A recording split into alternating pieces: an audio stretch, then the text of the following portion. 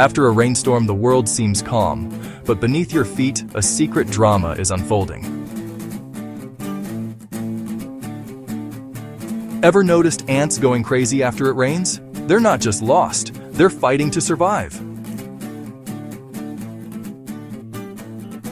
Rainwater floods their underground homes, forcing entire colonies to evacuate. And here's the twist: they form living rafts, clinging to each other to stay afloat.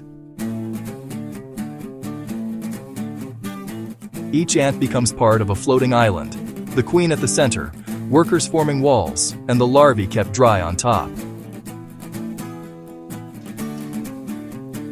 When the rain stops, they rebuild, stronger, smarter, and ready for the next storm. It's nature's tiny army, showing teamwork we can only admire.